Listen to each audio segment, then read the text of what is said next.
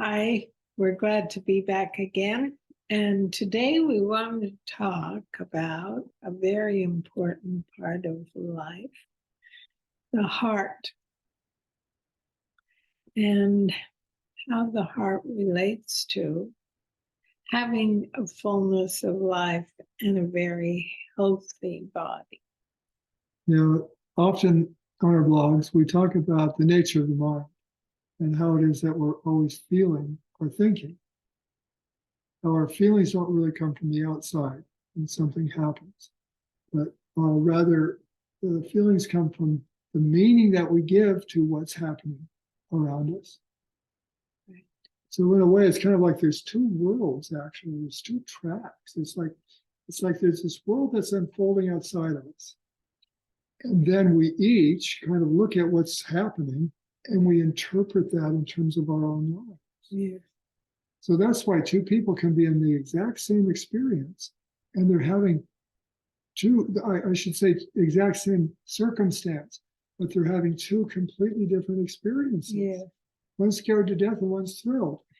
Like my roller coaster example, my brother and I were thrilled. The little girl behind us was like terrified. Yeah. So there's like two worlds, the outside world that's unfolding and this inner experience, this world that we live in based on our thinking. So we wanted to talk today more, like Connie's saying, about the role the heart plays or how the heart works to help understand the nature of our feelings, of our emotions. Because again, when we're reaching for food when we're not hungry, it's usually to try and change the feeling we're having, a negative emotion. True. So one way to think about this is kind of like when our heart is open, we feel all this love. We'll even say things like, oh my gosh, my heart was so open. I felt so much love. I was like floating on a cloud. And we'll also say things like, when they said that, I felt so hurt. I felt my heart shut down. And it's like, I never want to talk to them again. So there's this nature of the heart to open and close. And when it's open, we feel love. When it's closed, we feel negative emotions. It's kind of like the lens of a camera. A camera lens has this aperture that opens and closes to let just the right amount of light in to get the effect that you want in that picture. And so our heart opens and closes too, and that kind of determines the feeling that we're having. So I just kind of want to point out one more thing about this. It's like light and darkness. It's like darkness doesn't really exist. Darkness is the absence of light. Darkness isn't a thing, actually. It's just the absence of light. And we give it the name, the label, darkness, because we experience the lack of light and we want to be able to describe that. But darkness doesn't exist. I find that quite interesting. Yeah, it is. And like that, these negative emotions that we have, anger, frustration, hatred, what if that's just the lack of love? What if our heart is just closed? So our experience is a lack of love. And we give it these labels like frustration or anger or whatever. But it's not real. It's just the absence of love. So the possibility of life is always to return to love. In fact, I think it's our true nature. Yeah, I do too. It's to return to love, to return to that true nature of who we really are, the love that we are. And we do that so easily because it is our true nature when we just settle and relax and drop out of the thinking mind. Drop out of the scary thinking that our mind is generating to try and make sense of the world around us. Oh my God, I'm going over a cliff, and for some it's like thrilling, and for others it's terrifying. It's the meaning we give to our experience, what's happening in front of us, whether that heart opens or closes, whether we feel joy or not. So yeah, how do we when we find ourselves having a negative emotion, and maybe find ourselves kind of wandering into the kitchen, looking for some way to change this experience, if we're aware of how this works, and that we really don't want to try to just cover it over with food. Because when we use food to shift our emotions, it can help move us out of the negative emotion we're in, because it stimulates dopamine. And that dopamine makes us feel better. So we're not so caught up in all of this tension, and the feeling changes. But it hasn't resolved the real issue, which is that our heart is closed. It's kind of just swept it under the carpet. So how do we really come back to that place of the heart opening instead of just creating a little pleasure to move out of it? And one of the things that I'll sometimes do is I'll think to myself, what would love do? Instead of, this has got to change. You know, I'm always feeling a negative experience because I'm resisting what's going on. I don't want that to be happening, or I don't want it to have happened, and it needs to change and never happen again. And so that tends to make me want to change the world around me, which I've found never works. Never works. But when I'm aware that I'm caught in the cycle, sometimes I'll just think to myself, what would love do? It somehow helps me step back. You know, I take a breath. It's like I'm not so caught in this has to change right now. What would love do?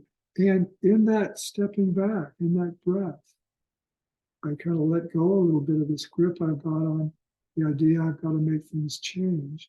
My heart opens a bit, and completely different ideas come on how to deal with it.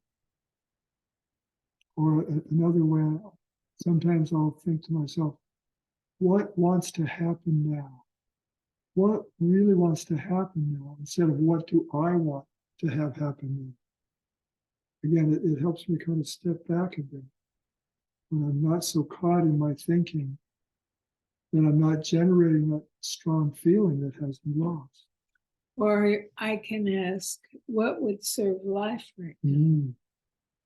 I really love that. I love looking out of these eyes at what would serve life next. What in this moment would serve life. I was talking with a client recently who has a tendency to be anxious and worried. And she sees what she does, but how do I get out of it? How do I get out of it? And a lot of people give her advice about just change your thinking, just be more positive. And you know, that's looking in the right direction, but it doesn't bring in this component of dropping into our hearts. You know, if I'm concerned about the condition of the roads, say, and I know I'm going to have to be out driving in 4 hours or something like that, I'm all worried, and I'm worried and anxious for 4 hours until I get on the road. In those 4 hours, I can keep telling myself, it's okay. You don't need to worry. Everything's going to be okay. And it's not happening yet, so why worry? But it's kind of like my mind talking to my mind and trying to change things on the surface. But if we look at that frightened, scared part of ourselves, kind of like a young child, you know, it's like if a young child is really scared about, say, going to bed and turning off the lights, do we just try to convince them that, no, there's nothing wrong here? Look, there's nothing wrong here. Or do we hold them and say, it's okay, honey, I'm right here. You're going to be safe. We drop out of our heads the logic of, look, there's nothing there. Open the doors, the closet that we're so afraid there's a boogeyman in. We go, look, there's no boogeyman. Get it together. We hold them. We drop into our hearts. We let them feel that feeling of an open heart. That is okay. That when it's aligned with the natural flow of life and the natural flow of love. So yeah, it's one thing to kind of reframe a situation just with our thinking, and that can help. But I think really resolving the source of the fright, of the negative thinking, is finding that way that we, and everybody kind of finds their own way, that we drop out of our heads and the logic and the reason of how we can control life so I'm not afraid on the road. But we can drop out of that thinking into our hearts, to that space that knows we're going to be okay. Because in those situations, if I get out on the road and it's a little slippery, I mean, it's a no-brainer. We just go, this is too much. I'm turning around and going home. We can rely on our wisdom and the openness of our hearts.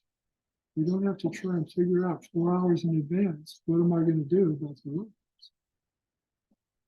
So let's, when we go to reach for food, pause for a moment and drop into our hearts. Get quiet and then see what we choose. Yeah, what wants to be happening right now? So the recipe today is fabulous, and you can make it by choosing your own pizza crust. They now have pizza crust with cauliflower, which I like the sounds of. But Bill made an amazing pizza. We called it pizza squares out of the pulp from juicing. We did a week's juice cleanse. We have tons of pulp. So he made some beautiful bread and crackers out of that. So we took the pieces of bread and made pizza squares that are so delicious and so simple to make. We enjoyed it very much yesterday for lunch. So give it a go. You can start with the pizza crust you buy, or you can make your own, or you can juice and use the pulp and make our recipe. Hey, everybody. Thanks for joining us. We'll see you again soon.